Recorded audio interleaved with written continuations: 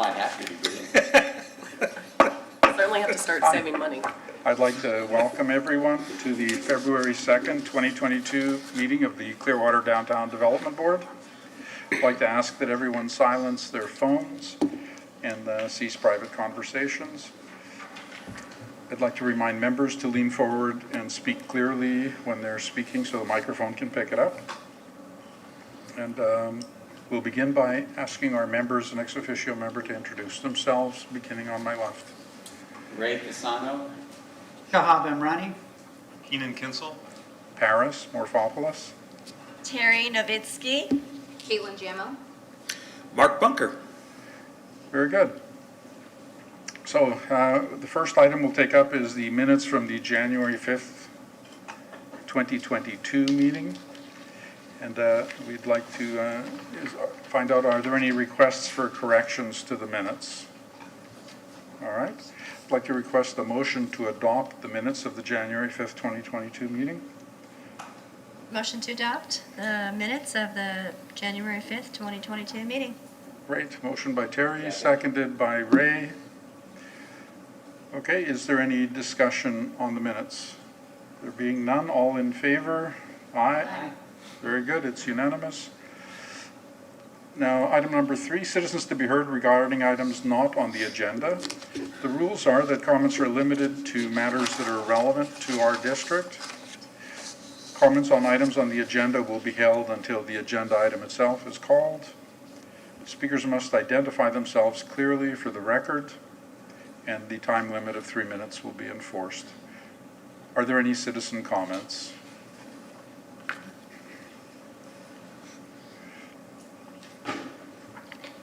Good evening, Chairman, members of the board. My name is Patrick Raftery. I'm a 42-year resident of Clearwater. I reside in the countryside area of Clearwater. I've had a vital interest in the downtown development efforts that are being undertaken by the Downtown Development Board, as I see yourselves as a catalyst for the success that we might enjoy in downtown Clearwater. To that end, I understand there's a couple of items on the agenda, particularly input from the board members as to what initiatives could be undertaken to develop the downtown. I'm looking forward to that. I would also like us to note that the new city manager, Mr. Jennings, has engaged in conversations with David Miscavige of the Church of Scientology relative to a role that they may have in some type of development with us in the downtown area, or at least to make sure that we are successful with our downtown development. For that same reason, I'd like to encourage the board to think outside the sandbox, perhaps think outside the playground, redo the playground relative to being successful in downtown Clearwater. To that end, you should keep an open mind to any events that we might participate in that may fall into our lap. For example, the lady that was here at the last meeting made a proposal for us to participate in the 29th of January Gasparilla here in Clearwater. I would be curious as to whether anybody has any input or any feedback as to how successful that was. And at the time, we were talking about the possibility of that continuing the following year, if there's been any discussion of that. On another note, I'd like us to consider something that we might participate in here in Clearwater similar to that, perhaps something of a religious bent. Well, not really, but St. Patrick's Day comes to mind to this Irishman, and maybe there's something we could do in that line as well. So I think I'll end with that, but I do want to know, has there been any reporter on the event of the 29th of January as to how successful that was for downtown? Okay, we have not had a formal report from anyone, but just anecdotally, from my own staff that was present during the event, there was hundreds of people in the block, lots of people in costume and pirate costume and partying and doing their thing, but also lots of non-pirates that were there as spectators. So it was very well attended from what I can gather. And I understand there's an opportunity for us to possibly participate in this next year. Yes, there is. The organizers feel it was successful enough to justify that, so I'd like us to keep an open mind on that as well. That's right. Thank you very much for your time. Thank you for your comments. Any other citizens to be heard today? Okay. New business. The December 2022 financial statement. Anne, could you go over that with us, or Howard?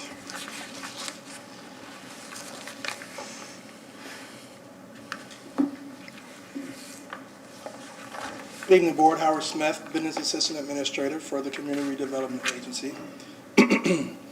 Funds spent in December 2021 were $317,728. A detailed breakdown of the expenditures were provided when we sent the agenda item to you earlier within the week. The ending balance to the DDB's fiscal year budget is $611,056. As of January 24th, 2022, the DDB has allocated $132,955.75 of their marketing line item, with the remaining balance being $117,044.25. As of January 22nd, 2022, the DDB has allocated $0 of their business assistance line item, with the remaining balance being $200,000. In addition to that, as of January 24th, 2022, the DDB has allocated $0 of their project and policy line item, with the remaining balance being $27,550. Questions? What was that last one that you said? For the project and policy line item, you've allocated $0 to that line item, with the remaining balance being $27,550. Very good. Are there any other questions from board members? Okay. Are there any citizen comments? All right, I'd like to request a motion to adopt the December 2021 financial statement for filing. Here, Shahab? I'll like to raise a motion to approve the December 2021 financial statement for filing. Great. Do we have a second? Ray Casano? Okay, so we have a motion and a second. Do we have any board discussion on these items? Okay. All in favor of adopting this motion, say aye. Aye. Aye, it is adopted. Okay, now we're moving on to item 5.1, the Intercultural Advocacy Institute Holiday Event Update from Howard. So as of December 7th of last year, you as a board, you all approved funding for the Hispanic Outreach Cultural Center to fund our holiday event in the amount of $4,655. The HOC is here today to provide an update on the event that took place in December, and with that, I have, let me make sure I get this correct, Vicky Abondo. She is their family advocate staff member, here to give you the update. Great. So, Ms. Vicky?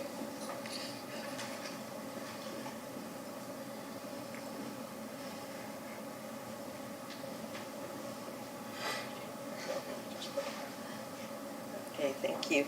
Well, thank you for having me today and explain and show a little bit how was the event on December. Thank you so much, because we really enjoyed. The community enjoyed the place, and definitely we have a safety night. The Intercultural Advocacy Institute normally do this event every year in December. This year, I will describe like a successful event, because we double or triple the amount of people that has been gathered in that night. So we have we expected to have 150 people. We definitely have 406 that we could count and register in the lists. So we have some pictures that you will appreciate and see how the people was waiting, making lines, trying to get as soon as possible to get the picture with Santa, get the family.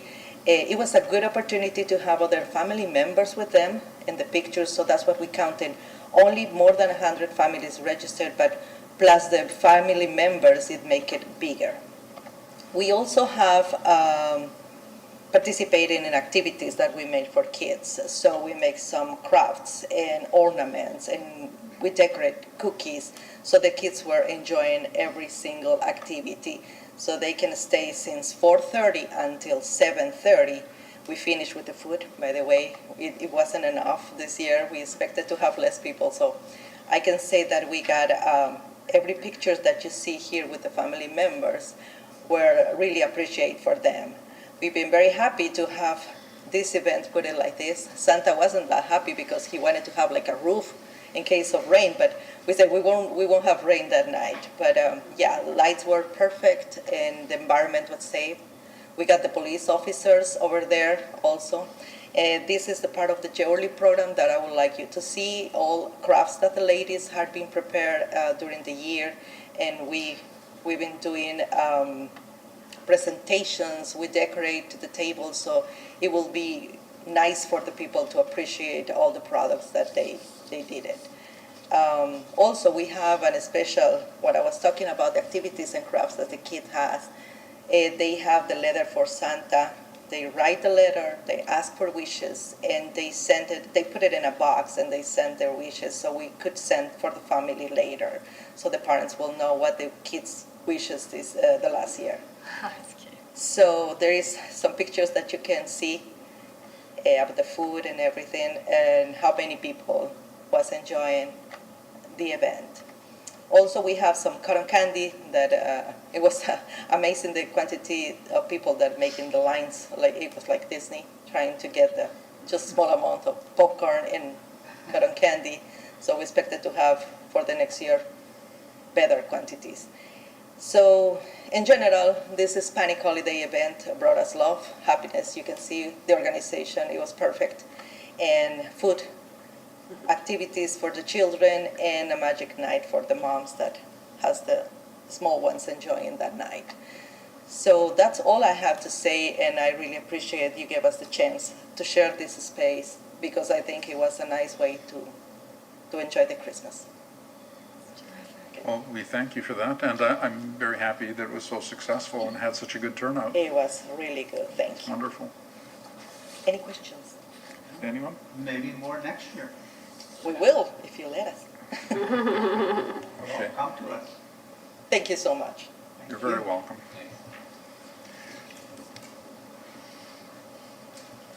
Okay, now, Howard, did you have some more, or? Yep. Okay, so the next item, item 5.2, is the discussion of ideas to improve downtown Clearwater. I hope we've all put a little bit of time into thinking up some ideas. And I'm going to open it up for discussion. I have a couple of ideas. I hope each of you came up with one or two ideas. And we can begin. Who wants to begin?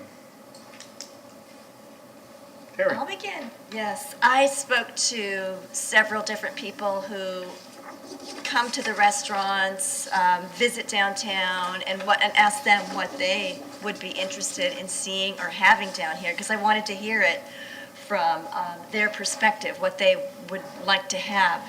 So I got a list of ideas, and I can just kind of go through them and tell you what came up.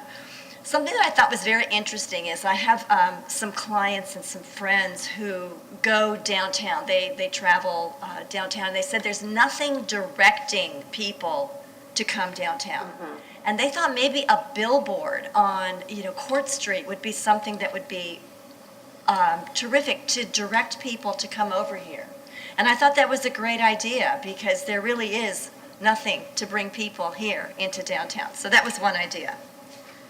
And that was something that we could help on, I believe, from our marketing budget, from that main street, from Court Street, to direct people to come over here. I thought that was a great idea. Yeah. Another idea was a dinner theater. So I don't know where we would put a dinner theater, but that was an idea that was given, and I thought that would be fantastic if we could do something like that. Something to enhance the restaurants, because I don't know if the restaurants alone will bring people to downtown in the amount of people that we would like, the amount of business that we would like to see down here. So we were kind of thinking out of the box, out of just the restaurant idea.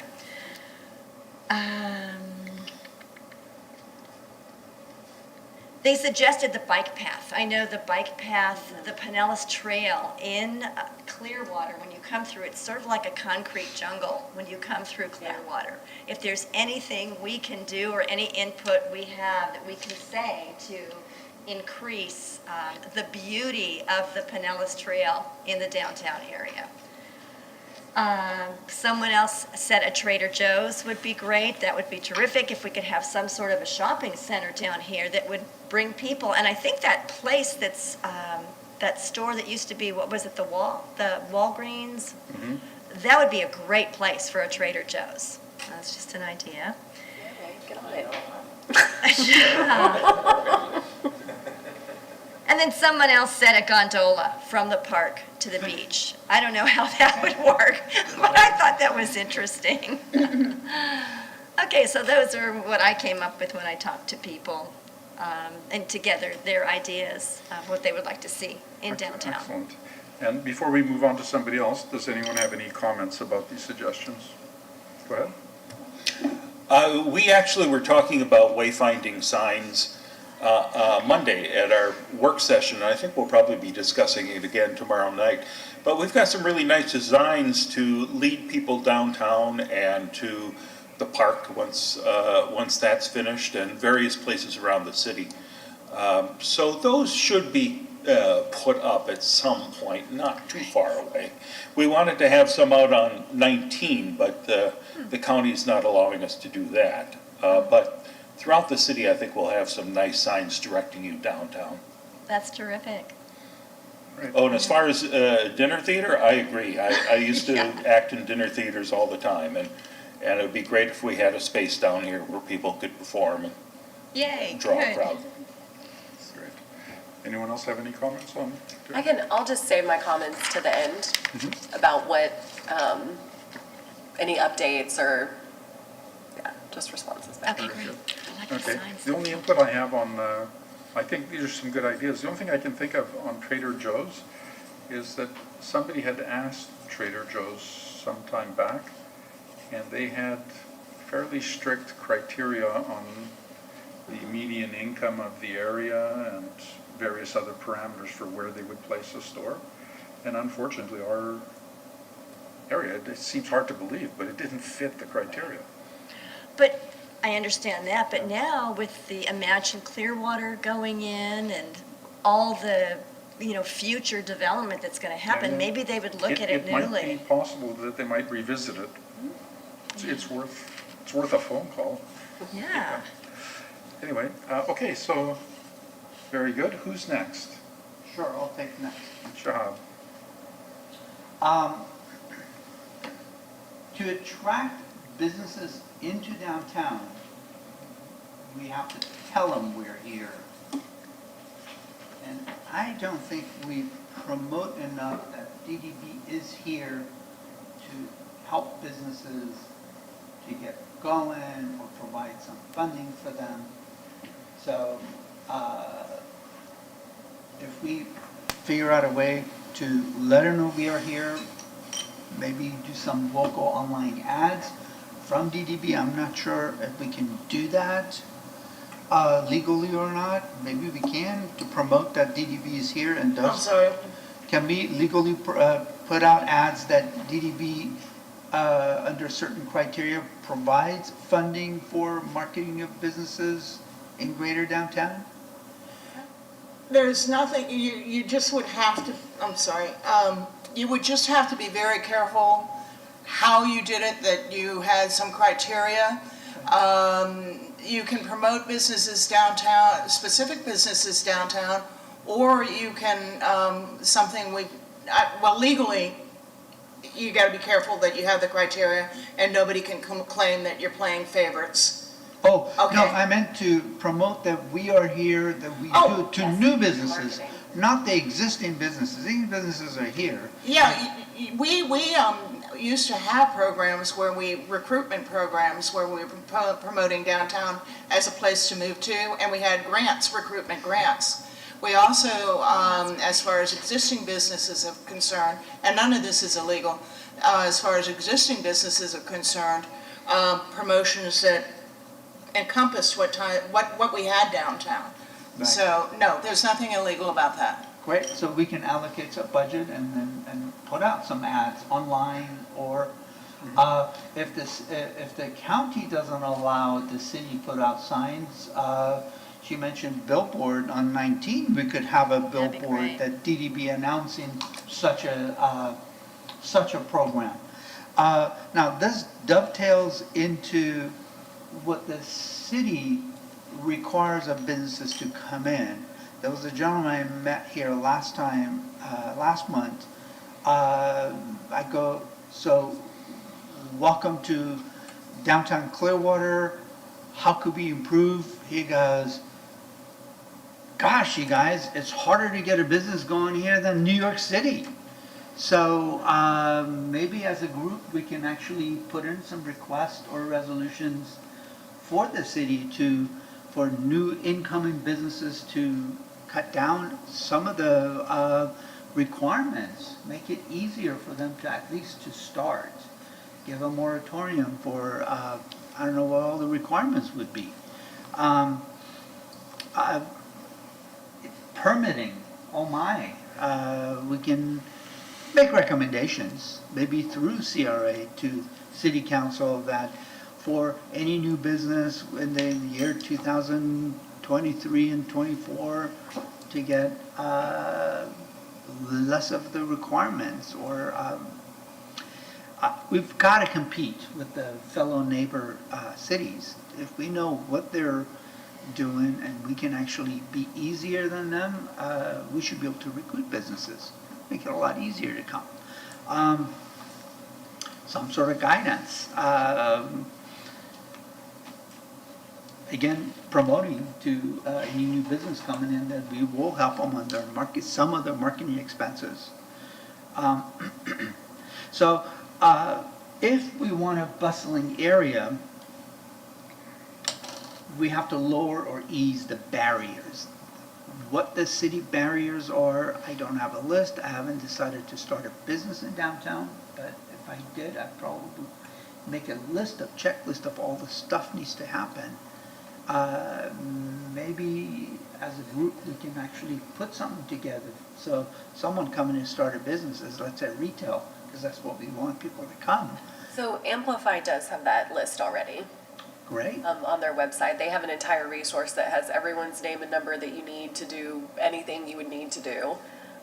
So they have created that. I mean, we could help them promote that so it's more widely advertised. The Planning and Development Department, they also are doing a business process study this year. I mean, all the permitting and regulations has kind of been studied to death in terms of there's a business task force, and then there's been more letters, and then, but where we are right now is city council and or state law, right? They're not willing to peel back regulations, and some are state regulations that we don't control, right, that you'd have to meet. But in terms of our zoning requirements, which encompasses signage, and I mean, it's local ordinance, so you couldn't eliminate that without eliminating or changing that ordinance. And then the planning department and development department, they are severely short-staffed right now. And they are supplementing that through using contractors. They're trying to, outsource and or bring in contractors as much as they can. But they've been hit really hard during this time. Is that a COVID or it's because of the volume coming in? Both. That's So good news, actually. somehow there's still an incredibly large volume of work coming in. I mean, they got 17 applications yesterday to go through a level 1 review, and they have 3 development review people, right? These are 17 applications that need kind of an additional, that just aren't like an over-the-counter kind of permit. So yes, it's good that we have activity in our city, but the city has really not been able to fill those positions for a combination of reasons, whether it's, competitive pay, ability to work remotely, at least hybrid, people who've dropped out of the workforce because of childcare issues or other health issues, or, caring for, right? So, I mean, just the mix of the impacts of COVID, right? Our competitiveness as a organization, right, versus other organizations in terms of benefits, and the nature of the work, right? I mean, it's tough to be on the other side of that desk enforcing regulations. So our leaders are all aware of that, and, everyone has a different story, from their perspective of what's happened, right, in a process, and sometimes people just don't like filling out paperwork, so, and it requires a lot of paperwork. So they are looking at it, they are committed to being more customer friendly, and some of it is a larger community conversation where I think there's many people in this community who don't have to go through a permitting process, and they want certain regulations in place, right? They don't really want to peel back those regulations. That's interesting. So, I mean, our function is very limited at downtown, and it's just, the key becomes just promote that we're here, and we can help somehow, by funding some marketing. Other than that, I mean, it's quite a bit of a city council. Maybe we do put a request to peel back some of the stuff, the easier ones. Doesn't have to be all the requirements put in. For, let's say, for new businesses for 6 months or a year, they don't have to comply with that. That's the one concept. The other, I mean, we could, you know, you guys could consider funding someone to hold people's hands through that process.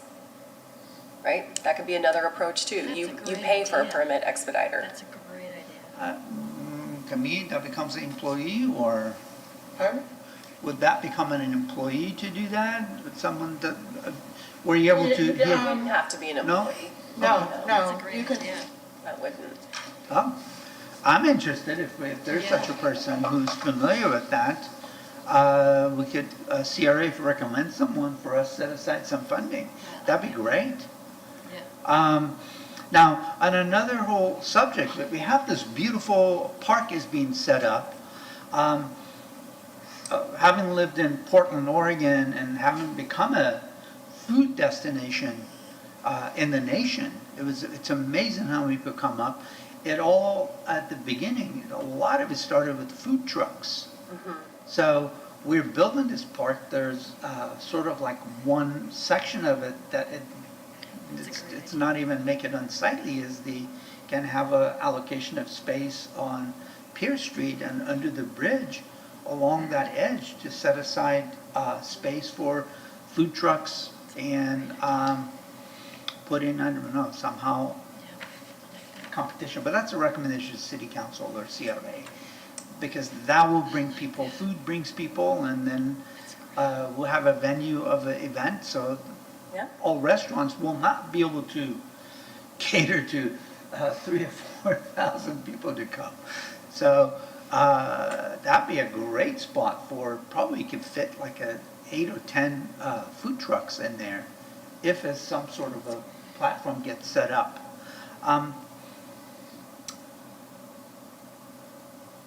That's sort of some of the ideas I was looking at. If I owned a town and I wanted to promote it, that's how I would do it. Anyone have any comments about suggestions, any input? I was going to say, as a business owner who started a business and went through the whole thing, if I had seen this list of everything you have to do, I might not have started the business. It's scary. There's a tremendous amount. And what was your idea? What was the name of the There's position? people who are called permit expediters. Permit And essentially, expediters. it is their job to submit permits. Yeah, see, that has, for me personally, if I was starting a business, if there was somebody like that, they would say, okay, because when you start a business, generally it's the first time you're doing it, and you don't really know everything about it. So I'm starting a store, I'm planning to sell some stuff, some snacks. Who would imagine that you need a license from the Department of Agriculture? I don't own a plow, I'm not doing any farming. Right. You have to have a license for it. And then to get the license, you have to jump through hoops. And then if you follow some of their suggestions, then the city of Clearwater shows up and says, oh, you have a triple sink that the Department of Agriculture made you get even though you don't have any dishes. Now you need a grease trap. But I don't have any grease. But it's like these kinds of things that happen that you have no way of anticipating these things. So a permit expediter would save a lot of anxiety and angst, and maybe sometimes would say what you're thinking of is ridiculous. It's not going to happen. It's not going to work because there are laws, and we're not going to waive, food permit requirements or something for you for food safety. But they could be also very helpful in saying you need this and this and this, so you don't run into trouble later on. And so I think that has a great deal of merit. And somebody armed with the Amplifies list and some general background and knowledge would really be helpful. Right. So I think that that idea certainly has merit, in my opinion. Anyway, let's go on to the next one. Oh, go ahead. I just wanted to mention that our new city attorney, David Margolis, and John Jennings are looking at all the red tape that people have to go through to open a business, and they are trying to find ways to improve that process. David Margolis especially is going through everything with a fine-tooth comb and trying to change how we do business. So. Also, John Jennings told me yesterday that we have or have at least ordered bollards now for Cleveland Street. So we should be making that look better sometime in the near future. Okay, that's great news. Very good. Okay, who is? Are you entertaining comments from the public at this point relative to his suggestions? I think we can. I think it's not like we have a big crowd. If you wanted to make a comment, I think it would be all right. Yeah, I did, actually. Our last council meeting, there was a young gentleman that went to that council meeting who was starting up a new business in Clearwater from upstate New York, and he was complaining about the difficulties he was having in getting his business started. I didn't catch his name or the business, either one, but my question is, talking about this permit expediter, when someone does want to engage with the city of Clearwater and start a business, I'm assuming they reach out to some organization or somebody to say, I would like to do this type of thing. Who is that, or what is that organization, and are they equipped presently to say, we want you to be successful, and we're here to facilitate your success? If you have problems, permits, anything, you come to us, and we start knocking down the obstacles for it. Is there anything like that presently? Well, there's a couple things. There's Howard Smith, right here, who's our #1 obstacle remover. Oh, okay. And / therapist. And, you know, if you're in the CRA, Howard can help get people in touch with the right people. Amplify Clearwater, right, which is our Chamber of Commerce. They have a lot of small business resources, as does Spark, which is a coalition. But generally what happens, the side that you don't hear from the small business and the entrepreneurs is that they don't want to spend money, right? So we as a society have become much more, you know, accountant, lawyerly, paperworky regulation overall, right? The amount of regulations has increased immensely, and also because we've become more litigious, right? So everyone said, well, you have to have an engineer stamp this, or this has to be submitted by an architect. You know, you have to prove that even though you're only selling snacks, this building isn't going to fall down, right? For all these external forces. So generally, what happens when you're dealing with these small business entrepreneurs is they're great chefs, or they're great at finding their, you know, dueling piano talent.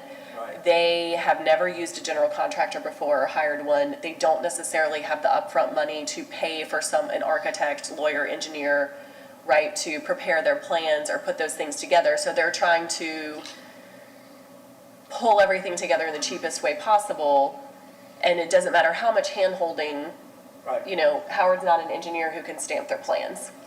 So there are resources, but there is not one person right now who would be dedicated to anyone who would show up and say, please hold my hand and walk me through everything I need to know in this entire process. Because I also think if that position existed or that effort was there, we could also learn why this person was not successful. They didn't have the funds, understandable. If they did not have the money to spend or the capital, that's understandable. You're just not going to be successful. But if there are obstacles in their place, be it from planning or permitting or the city, if we learned about those things, perhaps we could go right to council and say, this is why this business did not get off the ground downtown Clearwater. And that gentleman, that reminded me of that gentleman was at the last council meeting. Young fellow, and he said he was struggling.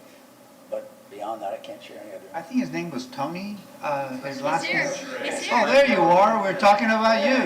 There you So, I don't think it's money, as far as I'm concerned. Yeah, I can speak. Yeah. I don't mind, you're representing him, there we go. And no fee.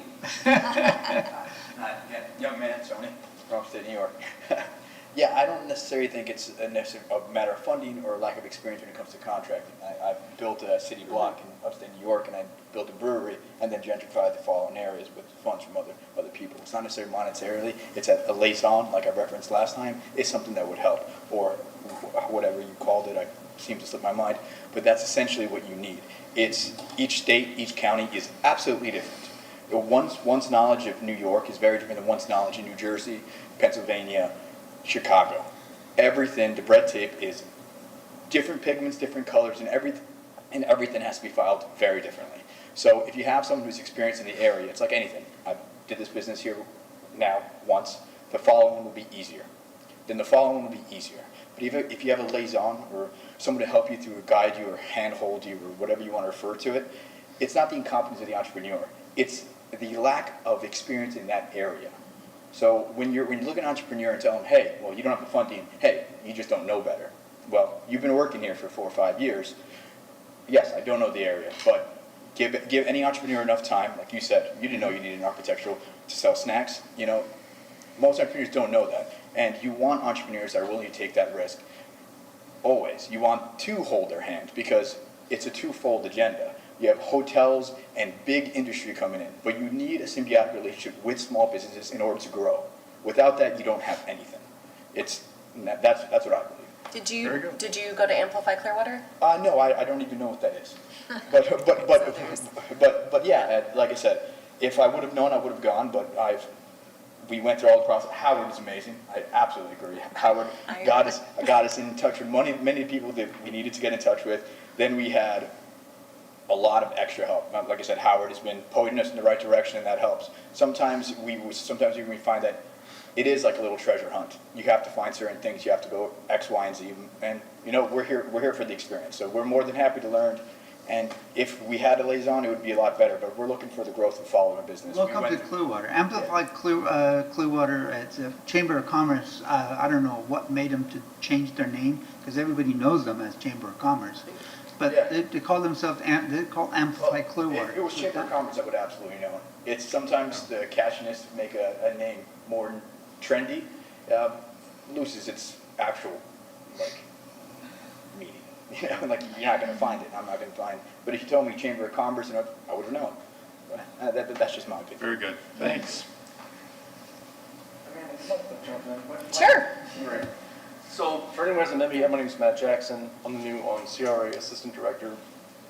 During this conversation, I'd be very remiss not to come up, provide some remarks. So I worked in the City of Clearwater's Planning and Development Department for over 6 years, providing development review for new projects. As Amanda talked about, those either 17 or 19 projects came in to go before our Community Development Board or It's before one of City the reasons Council. we hired him. Yeah, I reviewed those applications and I was a project manager for those applications coming through. So I just wanted to provide a few words, but I think number one, summarizing everything that we're talking about, there's a lot of information that's not available, well, it's not readily available and it's not getting disseminated to potential business owners. For instance, I sat on a committee, the Building Permit Review Committee, and we sat down once a month, or once a week, I apologize, and met with people who wanted to have businesses, projects in the City of Clearwater. At this meeting, you'd have someone from zoning represented, public utilities, fire, police, everybody represented. The applicant or potential applicant would discuss the project, and then we'd go around the room and talk about, okay, from a planning side, you're going to go through a building permit, a level 1, community development board, city council review, and then every department, every representative would let them know, here's what you need to know to get that project off the ground. Kind of the pitfalls you're going to run into. But then what you talked about, Paris, and I'm hearing this over and over, the city only has one part in your project. There's other outside agencies.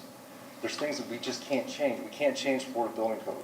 We can't change what the Department of Agriculture requires. However, we can change the Community Development Code, which I saw personally happen during my tenure in the planning department. For instance, in downtown, in a certain section of Cleveland Street, as long as you were changing the use from like retail to restaurant to office, it was okay. You didn't have to go back before that massive review to the CDB. During my tenure also, I was on the business task force. So we did everything we could to make sure that new businesses coming in, existing businesses, we could help them along the process as quick as possible. So what I'm hearing is that we need to really summarize all this information, which I can help do, be glad to do that, so that these new business owners are having that in kind of one point, one area that they can read out succinctly instead of trying to grab this information from all over. So, but the city has tried very hard for years, I can attest to that, to help out people coming through. It's just getting them in before the department. You might have someone who comes in, talks to planning, talks to building, goes through the whole thing, and finds out what they have to do, but then you have a lot of folks who don't do that. And they go into it blindly, hit pitfall after pitfall after pitfall, but we don't know who these people are unless they come see us. They gotta come see us first, so.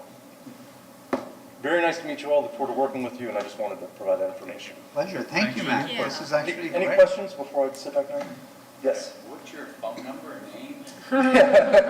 Matt Jackson. Matt Jackson, Yeah. and my city is 727 Uh-huh. 562 4033. 4033. And you were Ray, correct? Yes, I am. And I apologize in advance. Sometimes it takes me a few times to get names, but I'll get there. Great. Anyone else? Thank you. This is great, Matt. Thank you. Thank you. I guess Howard is getting help, and so is Amanda. That's good. That's- Getting help. Yes. Do we have a sense of when a small business is being opened, where their first touch is? Because we're hearing that folks are going to different places and then here, for instance, haven't heard about Amplify or haven't heard about this, haven't heard. Do we have a sense of like where there is a first touch, where that would be a good place, or is it just literally happenstance? So that's really more of a question. So where is it happening now, or where was it ideally, or both? Well, where is it happening now? Because if we were to go a route of like, whether it be a liaison or whatever, where would we want to connect, like, where would that first touch be, and then how do we connect it to where they should be? So now it's, either Howard, it's gonna be the property owner who they're entering into a leasing relationship with, or perhaps it's gonna be someone in DCMA or an existing business on the street. It's gonna be a peer-to-peer connection. Probably very rarely is it coming through Amplify Clearwater or some more, and they're certainly not going to the Planning and Development Department first. That's not happening. Or the DDB. Right, or the DDB. Yeah. Where should it be? I think that's a question we should talk about more, maybe how that should be more pointed, because it's all kind of how maybe the question's more like, no matter how you enter in through the system, where should everyone be pointing you to? Right, is that first contact for information? And who really wants to kind of own that hand-holding, shepherding process? You can sit down. Let's wait for the question, thank you. So I have just two comments on this general topic, which are not suggestions, but just observations. A few years ago, we had the mayor of St. Petersburg, the one that was the mayor during the whole evolution into what it is today. And his main point to us was that when he arrived, he addressed the city employees, and he told them, your job is to figure out how to make this happen, not how to figure out how to stop it. Because there was a lot of bureaucracy and stuff the perception was that things were being stopped by officials rather than them finding a way to enable it to occur. So, number one, that perception to some degree still exists here. I don't know how fair that is, but it is true that it exists. So we have to overcome that perception. And also, if we could just change the mindset, most city employees that I deal with are very helpful and want to help you and do whatever they can to sort you out. But I hear lots of stories of, well, they're not quite horror stories, but they're stories of difficulties, like the BPRC that Matt was mentioning. It's a brilliant idea to have some place where you can go to in advance, float your ideas, and get some kind of pre-approval that this is a sensible concept. The problem comes in when somebody comes in, relies on the assurances they get at the BPRC, they go off, they hire an architect, they pay money to get plans done or whatever, and then they show up for a permit. They're like, no, that's not going to fly. And then they've lost thousands of dollars and several weeks or several months of work. And I hear this, I've heard this a number of times. for people. So the BPRC is an excellent concept, but it has to deliver information that they can count on, because they're making commitments and spending money and going forward with plans based on what they've been told. But what they've been told has no legal standing. It's when you show up at the permit thing and want a permit, they could care less what they were told, what somebody told you at the BPRC. So that needs to be sorted out. Back to But the first touch point. That's not a DDP issue, but it's a point to raise as something that's of concern. Elise? Everybody needs to talk louder. I'm having trouble hearing this whole side of the room. Wow, are the mics not on? I don't know, but it's, Okay, if I All right. go like this and work at it, I'm catching at least every third word. okay. So we'll all talk louder. Let's go on to the next person who hasn't given us their ideas yet. Ray? I think we all hit the hammer on the nail on the head, because what Shahab said made a lot of sense, except I think we should promote, come to downtown Clearwater, here's a person that can walk you through everything. And if you run into a problem, you can go see this person again. It's one person, it's not 15 different people. And this person should be headed and educated to where to send everybody. Because if we have the signs and everything up and we promote people into downtown, and they see what's here now, it may not be the best thing to promote. We need to get the people here and moving and creating an atmosphere that we can drive people to. And they'll go, wow, it's downtown, you should see what's going on. Now, Shahab and I have been trying to help downtown. The new Walgreens, there's a big, ugly skeleton. Now, everybody that comes off that beach, which is the one way from the beach, Chestnut, they see that ugly thing. And we've been trying to put a beautiful, I mean, an extraordinary, beautiful building there. What, it's been about 2 years now, or a year and a half? And Howard helps me. I find out we passed the thing January 6th, just a couple small things, and then my architect says, yeah, that's not a big deal. I don't hear anything. Now, I could start construction on that tomorrow if I can get a building permit. Now, I also have a lot of people asking me for space downtown to put their businesses. I can't find them anything. I have this new building, it's gonna have 4 storefronts. I can put them in there, or at least tell them it's coming and get, pre-leased and et cetera. So the right sequence would be, let's get downtown moving, then promote it. So when they come down, they go, wow, instead of, why'd you promote me to come down here?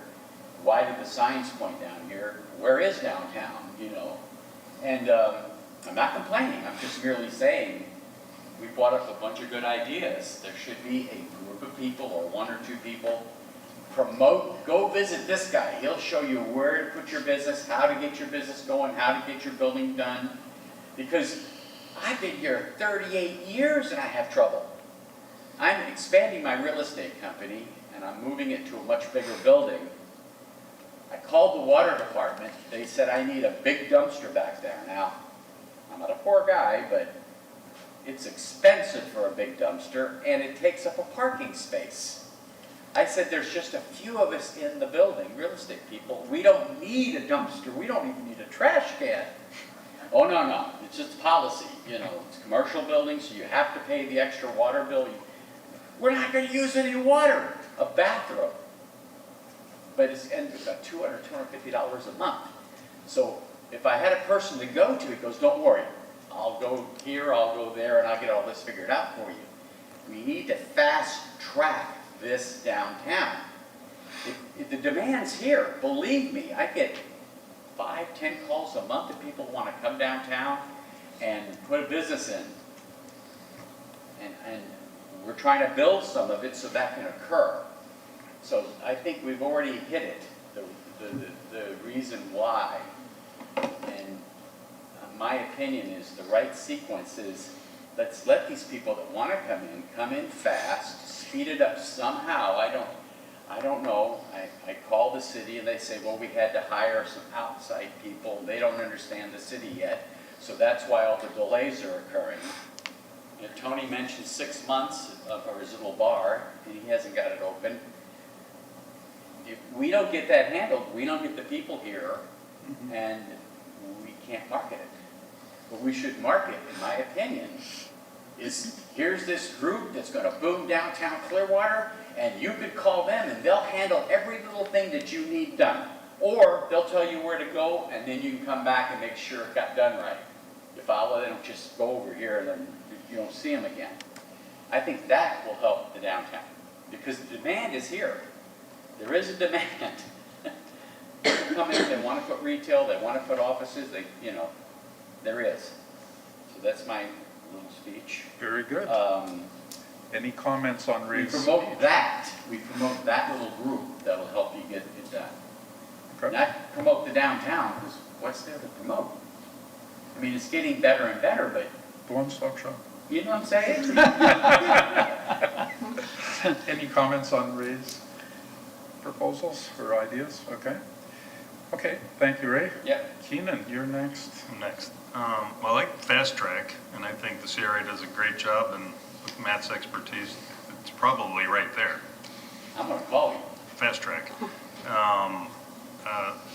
Playing off of what Shahab said, he stole some of my thunder, but these little guys here are everywhere. I have a little marketing company, or a company that does some marketing, and it changed the landscape as much as the internet did when to Yellow Pages, right? So you just walk down the street or go to an airport, everybody's glued to the, right or wrong, that's what's happening. So I'm thinking that we have a pretty decent sized budget that maybe we could allocate more marketing money to social media that we control. Because sometimes we just dole it out to whoever shows up for an event or whatnot. Maybe we do a matching spend, but we have a fund allocated that is constantly pushing out to the Tampa audience to bring as we do events. Like the Pirate event was great. I went by it, it was cold that day, so I imagine a lot of people went, ooh, too cold, not coming. But had we been augmenting the spend and the advertising they were doing, so if we had our own monthly budget, then it tied into what other people are doing, and we hired somebody local in the downtown, not my company, but there's 20 others, that could be something we could fund immediately to bring bodies downtown. Great. Good one. Okay, did you have another one? Nope. Okay, does anyone have any comments on that? That's good. That's a good one. I'll have something complimentary to say when it's my turn. So, two items that I've been addressing in the committee work I'll address when we get into the next line item in terms of the Diversity Equity Committee. But two other ideas I had, and I'll start with the caveat that I'm not a big fan of like 27 ideas floating around, because then we have 27 ideas floating around and then, we're not moving forward on any of them. So the ideas we've been talking about have been great to the extent that we can implement them or work and they're feasible, great. But I'll just pose kind of two other things that I had thought about. One, I know we've had a lot of discussions in terms of parking and, whether there's an issue with parking, whether there's not an issue with parking. I think parking study that was done most recently identified where there is parking, and I know that we're working on wayfinding, but to the extent that there's something, whether it's put parts of our budget to just advertising or marketing or highlighting where parking exists, so people don't feel like there's a parking issue, that would probably address it, even if it's just signage. I'm all about signs and identifying things, because that may address it. Because when I talk to folks and they express a concern, one of their concerns is parking, but then when we look at the studies, we're told from the studies that there may not be as much of an issue with it. So to the extent that there's something, just signage that would assist with that, awesome. The other idea, and I think this is along the lines of what we've been talking about, is something that years ago, I remember when Stu was on the board, he was a big proponent of not just funding events, but if we're gonna have a strategy, fund in a big way, a strategy, a marketing strategy, hiring a PR firm, hiring a marketing firm, and going forward with that. We've done that with funding or giving a lot of money to the DCMA, who have really been boots on the ground and have been really helpful, but doing that in a big way so we're not sitting on pretty significant reserves. It's great to save for a rainy day, but we're not really necessarily accomplishing a whole lot. And if we have those, not the 75 or the 50 reserves, but the other funds where there's just unallocated, being able to fund that, whether it be one of our projects that we're talking about, whether it's a liaison, whether it's a marketing firm or a PR firm, but doing something in a big picture way once or over and over, depending on how feasible that is. But that's more of a mindset change from what we've been doing in the past, which has been more event-based. So those were my 2 things, and I'll address the DEI stuff. Okay, does anyone have any response or questions about that? That's great, thank you. The people I spoke to were not seeing the marketing. I know that we've been doing flyers, brochures, that type of thing, which is all good, but the people that I spoke to did not ever see it. That's why I feel that signs are very important to get out there, to direct people over here, and then we can enhance that with additional marketing. Great. Okay, so before I get to mine, I have 2 points that I wanted to bring up, but I wanted to say that this has all been really good to just have some ideas be originated. I think what we should do at the end of this is somebody write up something with good notes on what was said today and circulate amongst all of us what these ideas were, let it percolate for a bit, and maybe at the next meeting we can assess a priority list of, say, let's pick a certain number, as some arbitrary number, the top 3 or the top 5 or whatever, out of all the ideas that have been suggested, and discuss those as an agenda item and see which ones we want to go forward on. Do we want to fund something? Do we want to study it further? Just to pick what we want to actually do. We can't have 27 priorities, but you can have. I mean, you can. Yeah, then you don't have any. It's no longer I'm reading, priorities not supposed to be plural. Yeah. Right. So I have 2 suggestions. One is I was glad to hear that the bollards are actually funded and ordered, or? So that item will be coming before council the week of February 14th. There will be a work session where engineering will present the bollards and planters and the cost. It's a little bit over $100,000, and then they'll vote on it on the following Thursday. And we will be having a meeting for all the property owners and tenants on the 400 and 500 block. You should have gotten an Eventbrite email link today.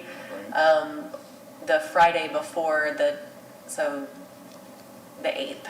So the morning of the 8th, we're having a big all departments meeting to go through everything Cleveland Street closure for the 400 and 500 block. Okay. Now, my suggestion in relation to this is that even if the bollards are approved, there's a certain time factor involved before this occurs. So I had some attention on doing something in the interim to make the mall, or whatever we're going to call it, the Cleveland Street dining area, the Cleveland Street Mall, whatever it is, pick some attractive name for it. And number 1, put something attractive along Fort Harrison where it passes, where the traffic signs are now. Either buy half a dozen 2-foot-high planters and put some flowers in them, or something, just bushes or a hedge, as I mentioned to Matt earlier. This is our hedge fund. Right. So we put something green or colorful flowers or plants that's attractive, that doesn't look like there's a construction project in progress. Yeah. Okay, because that's what it looks like right now. The second part of that thing would be, as people are driving by, there's all this traffic driving by that we're not taking advantage of by promoting to them that there is something on that block. Exactly. So if we had vertical signs from the lampposts you know how we have these, you know, when the Buccaneers are gonna have won the Super Bowl or something, we have a big banner or something hanging down. If we had something that said, you know, Cleveland Street dining area, or welcome to the Cleveland Street Mall or something. District or A whatever. list of all the Whatever. stores and restaurants. Yeah, well, you gotta make it that somebody can read it while they're driving by at 35 miles an hour. So it can't have a lot of stuff, but it can have, When's the last time we Say went food. good point.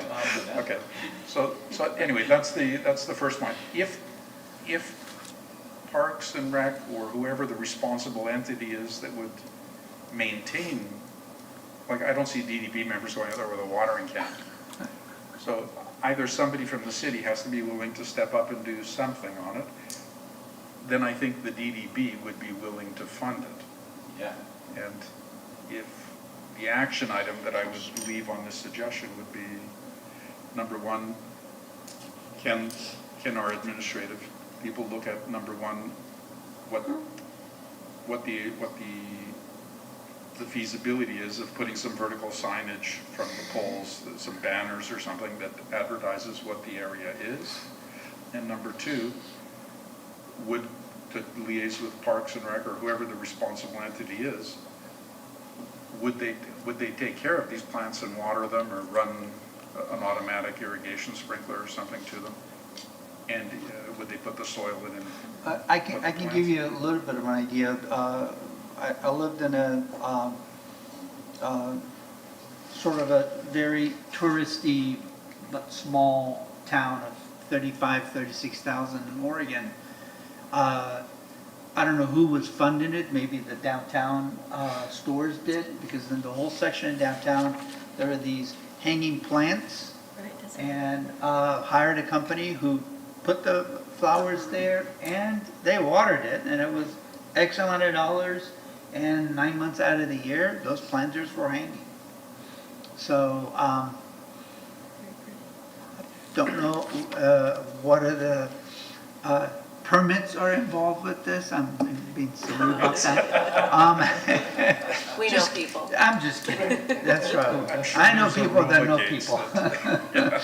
So that something that maybe downtown development board may be willing to fund a portion along with the businesses that enhances.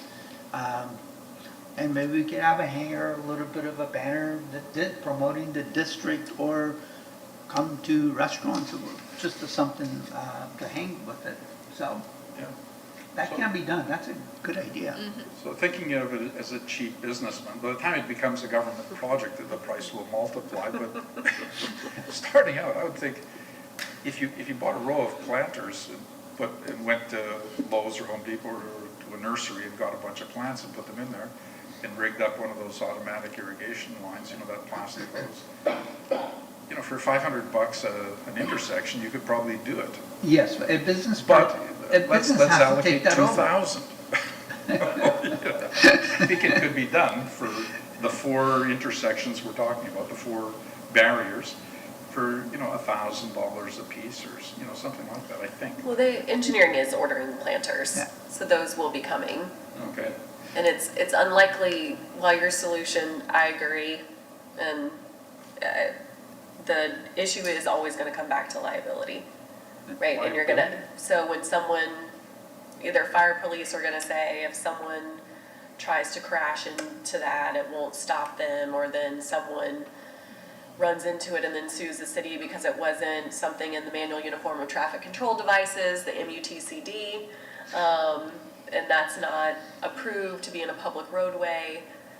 So one of the big challenges with this indefinite closure is it is still a public street, and it will remain a public street, and so it still carries with it all the rights and responsibilities of a public street versus it being someone's private driveway where you can do something like a planter, you know, with a hose. So, I mean, I think what you're seeing now is the most, not the most, but the best temporary solution, the cleanest, you know, non-crazy looking solution the city's engineering department could come up with. in a short time. What you're gonna see next is something that looks even better.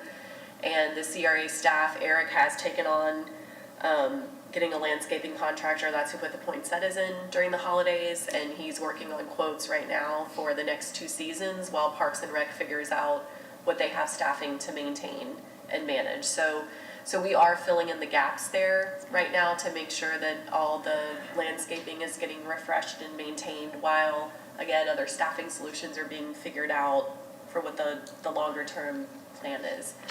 So I agree. I mean, we see the same things you see. We're not blind. We don't have poor taste. You know, like, it can all look better. It should look better. And I appreciate this board, you know, stepping up and offering to help in that way, because that, I think, has been one of the challenges, is who's really going to own, right, the look of these blocks, right? And who's really going to be the keeper of how they look and how they're cared for, from pressure washing to landscaping to lighting to all of it. And the wayfinding has taken an extraordinarily long time. I mean, it has been a long time. And we are supposed to get the bases of the wayfinding installed in the next 2 weeks. You know, I'll believe it when I see it, but we might be at a point where we say we just have to do temporary signage anyway. Like, we can't wait on wayfinding anymore. We might need to do something else as it's coming. Very good. So then I'll revise my suggestion to the signage. Yes. Like getting some kind of signage to identify to passersby that there is something. These blocks aren't just closed off because somebody's digging there. There's actual restaurant dining behind the barrier. And the second thing that I would say is your suggestion about in Portland how they have flowers and stuff. I see that in a lot of northern cities, where in small villages and stuff, there's really colorful plants, flowers and stuff. I don't know that stuff will survive in Florida. I've never seen that in Florida. That might be a problem just from the climate may not allow that. But there's got to be something attractive that'll grow in a pot that can hang from a lamppost that we can put up. And maybe somebody that knows more about it than I do. I'm sure there are businesses who do this for a living, and obviously have to pay them for it, but there are. But I think the DDB, and I'm just floating, this is an idea, might be willing to pay for a beautification project to put hanging plants on the poles along the 2 blocks there. Yeah. Okay, so that's an idea. Okay, now my last idea, and then we'll call her quits. Howard ran a program recently with the holiday vouchers for the restaurants and businesses. Howard, can you give us a quick, like just a minute on what the results of that were and how successful or unsuccessful it was?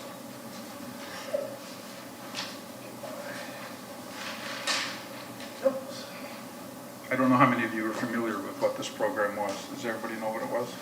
Yes. Okay. Basically, a business could sign up, and they would promote to the public that you could apply to a website, to a city website, and get a voucher.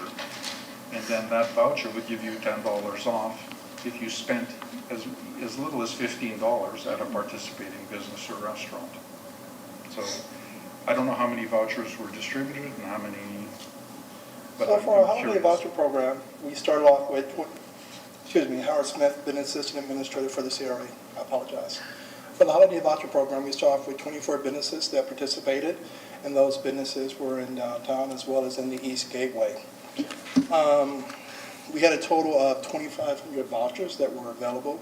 And like Paris was saying, it was a $10 off. It was a voucher for $10 towards your overall purchase of $15 or more. So that way, excuse me, the businesses will have a minimum threshold of what the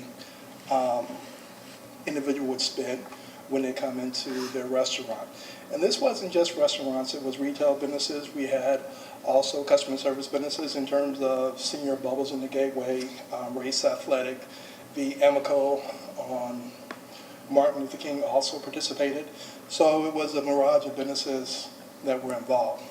With that, we had 997 vouchers that were downloaded that were of the 2,500 that was available. And this was for a limited time. It went from December 1st through the 31st. And then with that, the businesses had until January 31st to submit their expenses for reimbursement. Of the 24 businesses that participated, I've had a total of 8 businesses currently submit their expenditures by the 31st. I still send emails out on Monday to the ones that had not submitted their expenses, so I'm waiting for those to come back in because we do want to honor our commitment in terms of funding money back to the businesses that participated. And of that, for some of the earlier businesses that submitted their vouchers in for reimbursement, we've have already paid out about $581 to those businesses if they submitted their expenses prior to the 31st. And Paris was one of those businesses to participate. So you should either have already gotten it or have a check coming back to One Stop. Show me the money. Yes. But overall, I feel like it was a successful program. It was a marketing program. And once the program concluded, we were sharing that information with all the businesses that participated in terms of the individuals that actually signed up for the program. So we will give that information back to the businesses so then they can market directly to them. So this helps them build their email list. Right. Yes. For the Now, constant contact. I have a question for you, Howard. How would you rate the administrative burden on running this program? Was it a lot of work or not so much? No, we used the online platform, and once that was set up, it was just a matter of directing people to it and for them to sign up for it. It was over the holidays. We were competing with everybody trying to be out and shopping and doing things like that. It was a similar remnants to what we did for the Dine in Downtown program that was hugely successful in 2020 for the summer. Yeah, August 2020. So yes. Okay. So, but as far as like the heavy lift, it wasn't that difficult at all. It was just, again, like I said, just a matter of setting up the platform and then having people be able to access and then be able to communicate and let people know that it was available to them for the holiday season. Okay. So there were a couple differences in the program that made it less administrative burden. The first time you had a certain number of vouchers per business, right? And you had unique identifiers. So this time you could use that voucher anywhere, any of those 24 businesses. So if all 2,500 people wanted to go to One Stop Shop, they could, right? And they didn't necessarily have to go to other businesses. So that reduced the staff, they didn't. That reduced the staff burden, but we also had less control over where to direct people, right, to use the vouchers. So it's a pretty flexible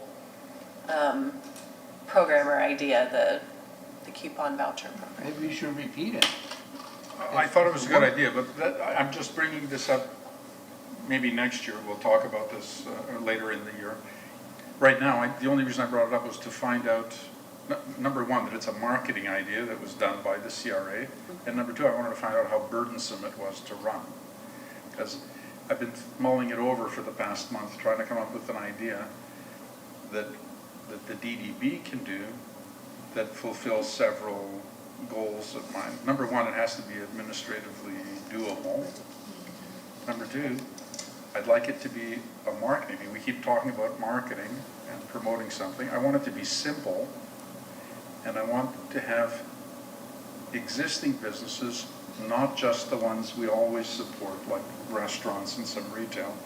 I want any business that's in our district, any taxpayer in our district really, to be able to benefit from the program or participate in it, and sort of broaden what we do to include everybody. So my idea is everybody, the DDB or the CRA or the city doesn't really know what's best for in terms of marketing for each business.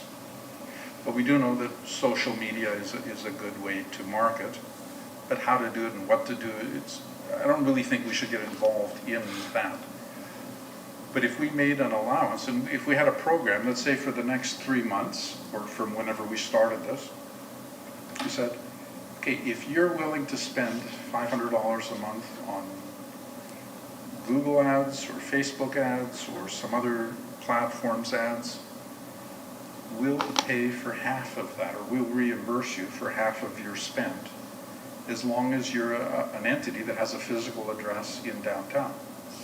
And not to get too involved in the weeds on what kind of business it is. It could be a doctor or a dentist, it could be a real estate agent, it could be a retail store or a restaurant. It doesn't really matter. It could be a landlord looking for a tenant. As long as you spend it on social media marketing and give us the invoice, you give us 2 pieces of information at the end of the month. You give us the invoice and we'll reimburse you for half of it. And number 2, you tell us what your clicks were in the first week and what your clicks were at the end of the 4th week.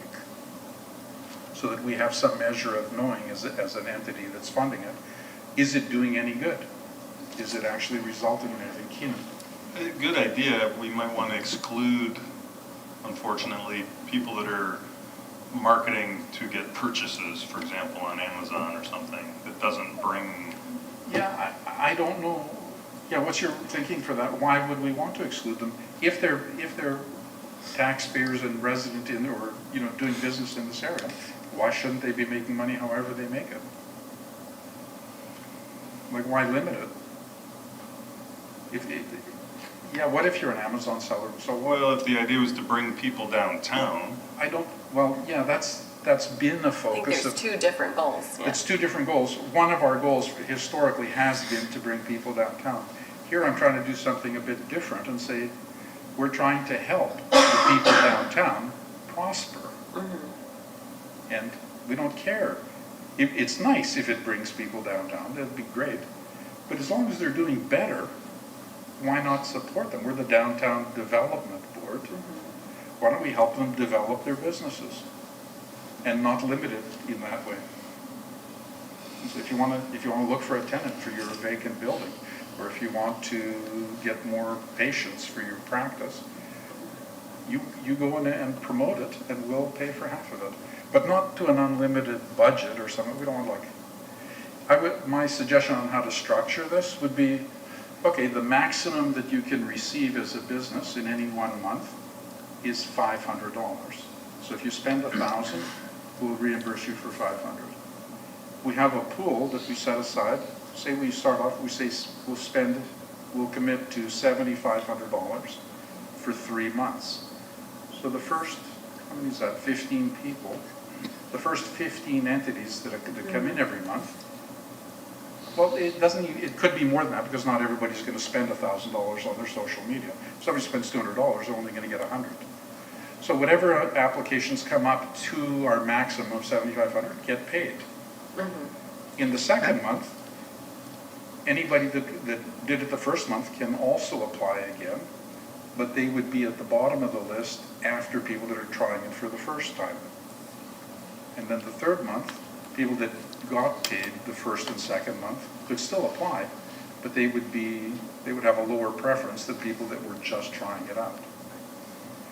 And for $20,000, we could have, 50 or 100 marketing campaigns going on downtown. Sounds good. I don't know. That's one minute. Yeah, I think that's something definitely we can work from. We've considered, so onto the, marketing, it's like ocean, sustainability, right? It's a big topic. So in a couple chunks, we're still working with Bandwagon. They completed their survey. The way that they presented the results isn't all immediately understandable by a layperson, so I'm meeting with them to go through that to make sure I can explain the sentiment analysis and other things to everyone else. I will have their draft plan by this Friday that is going to hone in on what are those big messages and strategies for promoting downtown as a whole, right? Why would people come here? Where do we fit in? Where is our market now? And they have a statistically significant survey that they conducted along with all the stakeholder interviews for how we're perceived now and what our assets and strengths are. So that's more of the bigger picture. Then we looked at, what kind of technical assistance for marketing would make sense. And do we, as the CRA or the DDB, do we hire a marketing consultant and say, okay, business, you can have, 6 hours of this social media specialist to use on your business every month, or for whatever you need. Maybe you need someone to get started. And those resources already exist in various forms. People may not know about them. but this is kind of a take on that, which, what I would say is like, I think this could work. We probably do need to talk with our businesses. I mean, obviously, we got small businesses owner here, but talk to more of them to say, well, what really do you need? Because what we found is sometimes it's, I don't understand. Sometimes it's, I don't have money. Sometimes it's, I just don't have a person hired to do that. So even if I get the money for 1 month, I don't have a person to make month 2 and 3 and 4 happen to keep it going. So what does a program look like then to keep it going? Which then leads back to, well, then who conducts marketing campaigns for the area or for the business overall? Which that could be different people, right? That could be CRA, that could be DDB, that could be Amplify. And what do those marketing campaigns look like and what are they about? Right now we do, I don't know if you remember from Rosemary's presentations, we do a lot of paid media, 83 Degrees, Tampa Bay is awesome, U Nation. And we bring them in at different times for different events, or, for the vouchers, for holiday stuff, different seasons.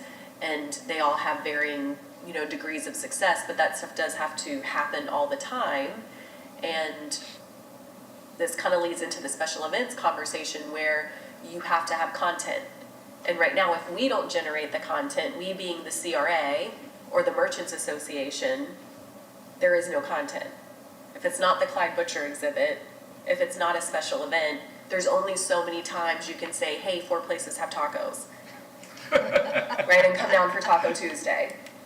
And then it's, well, we all know where those places are, and we've heard about it a lot of times. And our restaurants are great, but that's not going to be enough. As we've talked about, we have to have more entertainment options. So it is all kind of, fitting together, those different pieces of creating the content and who's pushing the content.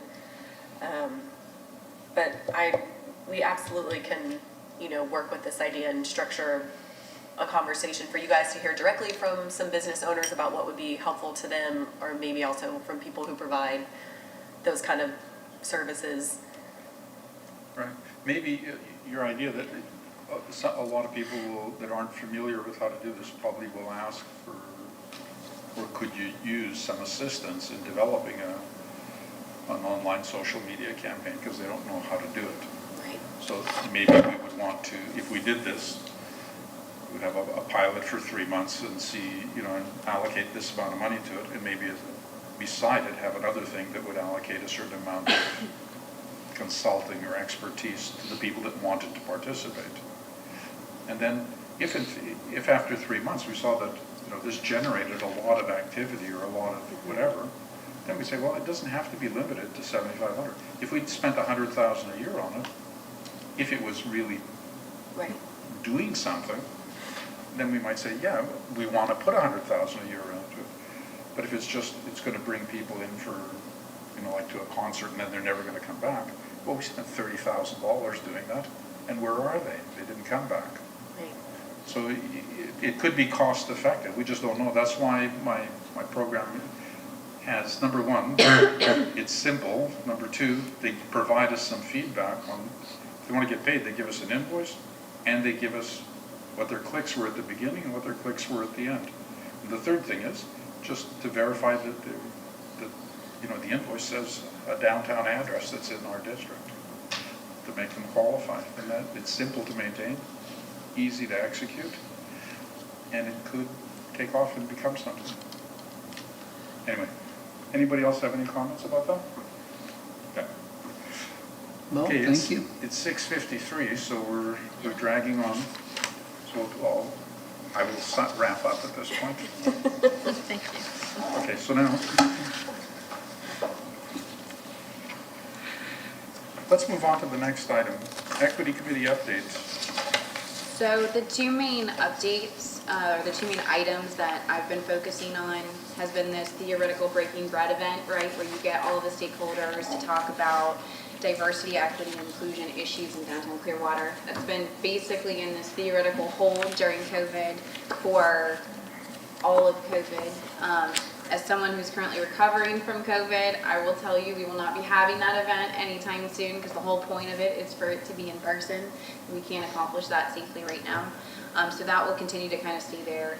The second item, Eric and I have been talking about having a speaker come in to talk about DEI issues, whether it be informing the board of issues specifically boards can address, whether it be in the downtown area that we can address, and maybe some action items we can take on in that arena.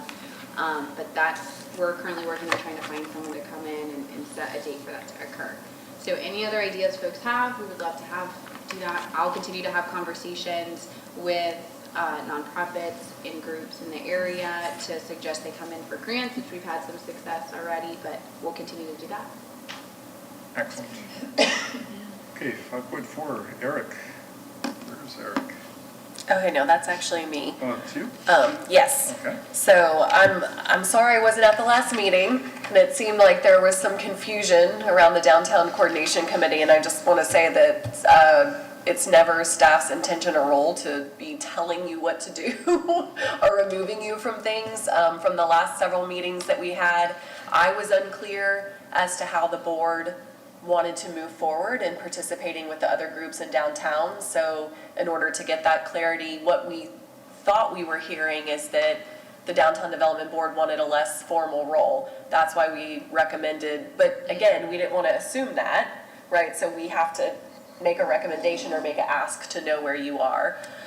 So we're still, and so I believe, Chairman, that you had requested some information about the cost of having meetings, which I have here. So essentially, a 1 hour meeting is $300 in direct cost for your attorney to have minutes taken and to advertise. And then, of course, there's various other levels of staff that ebb and flow depending on if it's being broadcast or not. So that's for an hour. And that's not an extraordinary amount of money. But right now, our current agreement with you all anticipates that we're going to have 13 or 14 meetings a year, right? That's usually like a monthly meeting plus extra special hearing for the budget and maybe one other community meeting or so. So if you wanted to go down the path, which we certainly can, of having more meetings, then we'll just have to talk about the calendar and how to adjust that. I have hired another staff person, thankfully, an assistant director, and a lot of the projects that you've talked about, these are things the CRA wants to work on too. We haven't been able to get to, but now, I mean, this is why we've augmented staff to start working on those. With the downtown coordination, what we've learned over the past year of this effort, which really started with the CRA, no good deed goes unpunished, trying to be helpful, is, we would like to develop a grant program to help these different organizations build their capacity. You all have a professional staff. You have us, right? Amplify Clearwater, they have a professional staff and a large budget. The Merchants Association and the Clearwater Downtown Partnership do not. And other groups we deal with, whether it be the Historical Society, the Clearwater Arts Alliance, right, they're also more on a volunteer-run basis. But we need lots of strong nonprofits to provide programming, right, and to provide these fill-in-the-gaps kind of services because our organizations can't do it all. So that's where it really started in trying to introduce City Council, the CRA trustees to all these organizations because everyone comes in with a different level of knowledge too. People who've been into the community forever, people who are new to town. So with that, then the mayor suggested that there would be a summit, and then a whole lot of other things happened, but what we finally came to is everybody's very busy, everyone's very focused on their mission, and they now understand there is a shared calendar at downtownclearwater.com, but beyond that, they really kind of want to keep doing the things that they're doing. So with that, from a CRA perspective, we think the best thing we can do is as staff host quarterly meetings where everyone will have an opportunity, all downtown groups, whoever wants to participate will have an opportunity to update each other on what they're working on. We'll give report outs on what we're working on. We can have special topics as needed, like how to handle special events or here's who's going to hold your hand through permitting, right? Whatever those are. So we're going to take on that role of the organizing and hosting this basically open house information exchange. With that, I turn it back to you guys, and happy to do whatever you would like us to do with our alphabet soup of, of organizations in downtown. That could look like you just attending on your own accord the CRA quarterly meetings. That could look like you set aside 1 month in the year to convene. That could look like a lot of different things. So it's really just, how do you want to be involved or not formally? So what you're saying is that you would be hosting these meetings, it would be advertised meetings that multiple... It would not be legally advertised. They would not be public meetings in the sense, they would not be legal public meetings. So we could only send a representative, not multiple representatives. You can attend as your own individual person to these. But not as a DDB member, am I understanding? Well, no, but the two, even whether you're there officially, if two of us are there and one of us is speaking, whether you're officially or unofficially, it still matters, right? Two issues. If you are formally as a board sending somebody, which is what you're doing now, it's a public meeting. If you, as a board member, go to find out what's going on, that does not turn it into a public meeting. It's if you, as a board member, can attend whatever downtown meetings you want to attend. If two of you happen to go, that doesn't necessarily turn it into a public meeting. Don't talk to each other, don't talk about your next lunch date, that's fine, but don't talk about downtown stuff to each other. Don't get into any kind of discussion across the room using other people as your conduit. That doesn't stop you from participating. You just, if you're going to do that and two of you are going to go together, both of you are going, please talk to me ahead of time so we can go over some guidelines so you don't cross the line. So it's If I not the number of understand this people, it's the capacity that you go in. Yeah, I'm not concerned about that. I know that if we officially send somebody that it's a public thing. But if I go and Shahab goes, we're just there as private citizens, but we both happen to be DDB members. If I get up to the microphone and start making proposals that affect downtown, I'm not talking to him, but he's there. There are ways to do that. There are ways to do that, and sit down and talk to me before you do it. There are ways to do that? Yeah, you guys, there are public, it depends on the size of the meeting. If there are only 3 people there and you're 2 of them, it looks a little hinky, all right? Y'all are there to meet with each other, okay? So there are a lot of factors that go into whether or not you're crossing a line. And you guys don't want me to go into that hour speech right now. No. Okay? No. Yeah, everybody's saying don't let her do it. So the answer is it depends.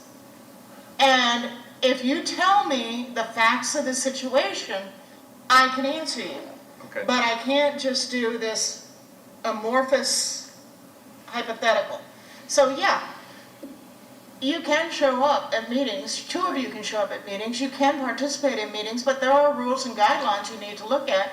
And how public is the meeting? There's a lot that goes into it. So talk to me first, that's what I'm here for. Okay.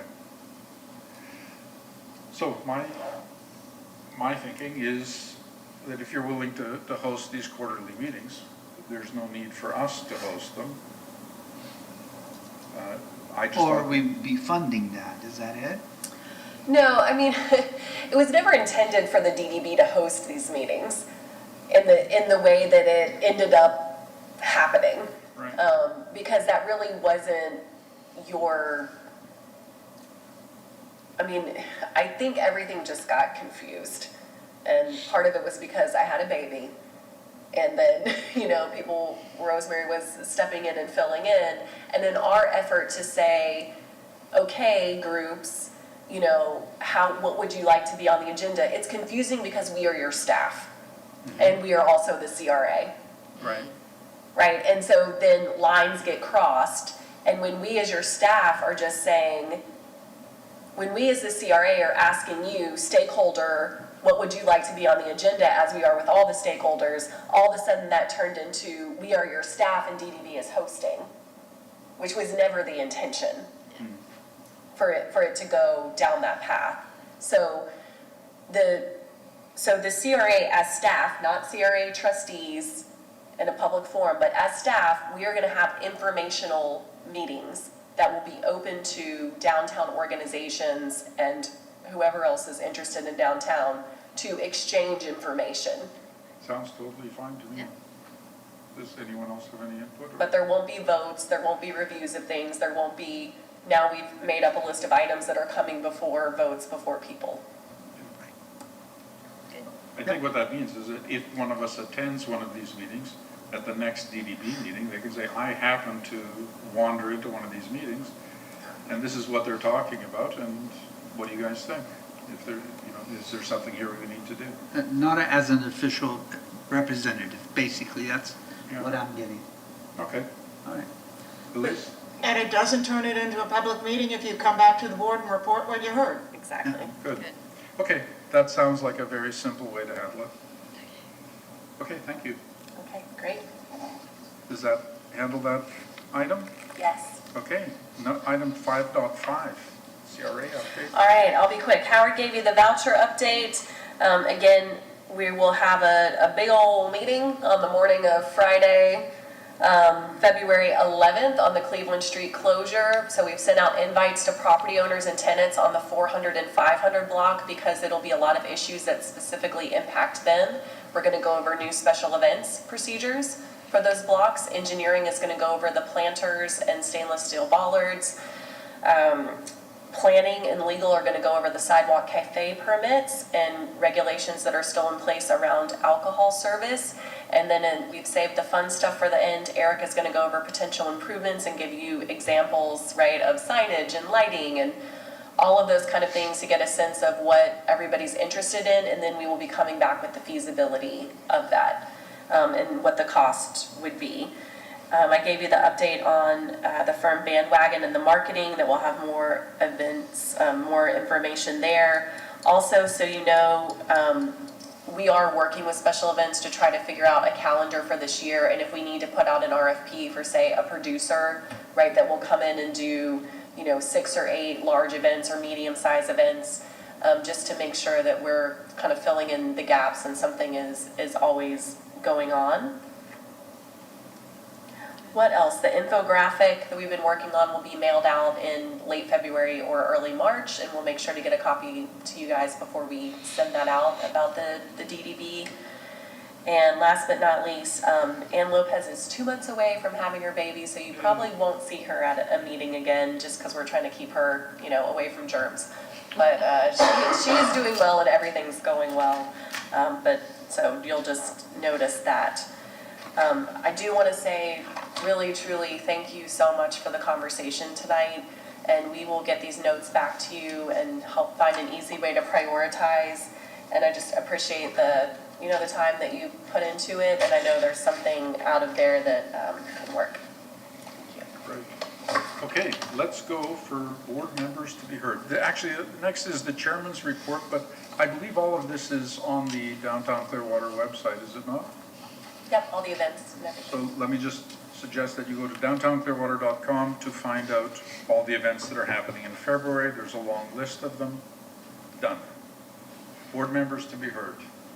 Yeah, I thought this was a great meeting, and communication solves a lot of things. And I'm looking forward to learning more and people I can talk to and so on. Well, happy. Great. Charles. I think I've yapped enough tonight, so I'll pass it on. Very good. Keenan? I want to thank Amanda and Eric in particular, because last month I know you took a brunt of our pounding on our confusion. But the intention was obviously pure to, and I think it was good. I've started a number of businesses, and it normally never goes how you think it's going to go right out of the gate. And so the idea from the mayor, I think, was brilliant, and I think this is a great solution, and thanks for doing all that.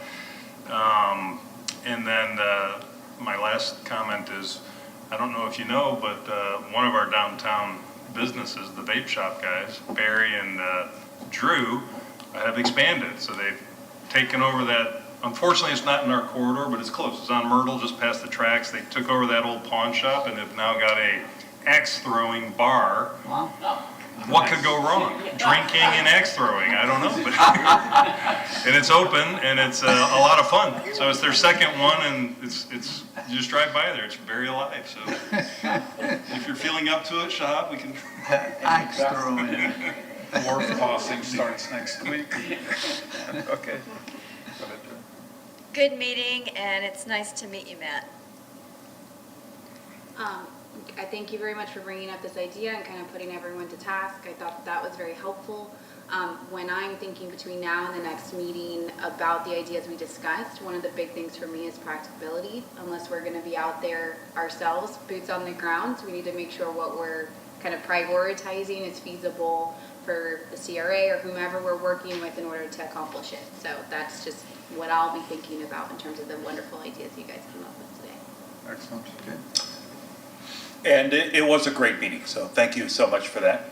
I have two things. I want to reiterate the mayor's point at the end of the last meeting that property owners downtown have got to offer more than a month-to-month lease for us to get business in them. So for those of you who know property owners, whether they're Scientologists or not, find out from them why they're not giving a year lease to people to get businesses open. And if there's a reason why they're refusing to do that, find out why and let us know. That would be a huge help. The other thing is not specifically about downtown, but it was pointed out to me by Robin Rinberger that we've had a record-breaking year for the Clearwater High School football team. And earlier this afternoon, 12 of the graduating members of the team actually signed full scholarships. So that's terribly exciting, and congratulations to them and all the other members of the team and the coaches. So good work. Awesome. Great.